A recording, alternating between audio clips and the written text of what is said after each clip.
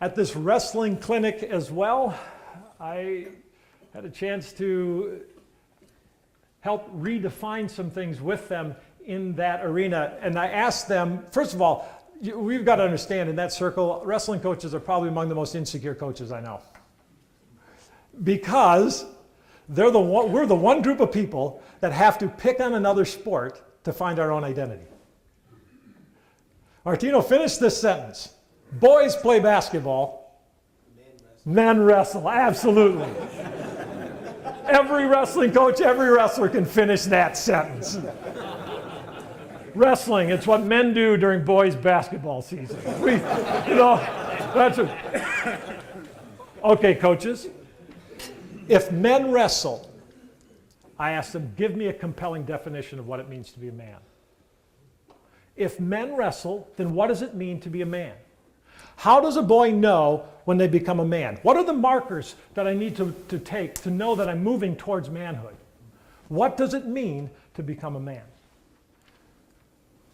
A good friend, a man who's become a good friend and a mentor of mine, Joe Ehrman, has helped us to process through this. But he's identified the 3 lies that every one of us learned about what it means to be a man. Every one of us has learned that these 3 lies in our culture today and in many have determined what it means to be a man. And the first lie we all learned by 2nd grade. It is taught on every playground, at every recess in America. And it's got something to do with physical ability. And we've all learned it. We knew it by 2nd grade. The kid that could hang on the monkey bars a little longer, that could run a little faster, that could catch the down and out, that boy was affirmed. And the one that was a little bit more sensitive emotionally, the one wired more towards the arts, the one that was a late bloomer, that boy knew that he was marginalized. And every one of us learned that by 2nd grade. It's got something to do with physical ability.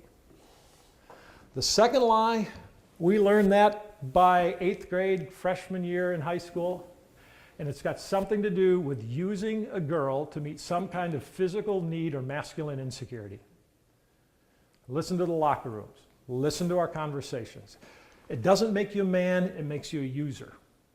But somehow that is affirmed in virtually all of our circles, that it's got something to do with the girl hanging on your arm as your status. And the last lie we learn a little later, it's got something to do with our billfolds. Some kind of status, some kind of bank accounts that our net worth is measured, is tied into our self-worth in some manner or fashion. We've learned to sever our neck from our heart. You think about the 3 scariest words that every boy will ever hear. There are 3 scary words that every boy fears. Be a man. Be a man. Think about the context in which that's shared. It's always shared in the context of stop doing something. Stop crying. Stop feeling. Stop being a sissy. Stop being a mama's boy. Somehow that message is sent whenever we've heard that saying, be a man. Think about who hits the long ball on that. Who hits the jackpot on those 3 lies? It's a professional athlete who's got physical ability, got money, and got women. And is there any doubt why 3 years after the average pro athlete's career is done, 79% are either jobless, bankrupt, or divorced? 3 years after their career. When I talk to the blue gold football players, I ask them before that, I say, which would you rather be?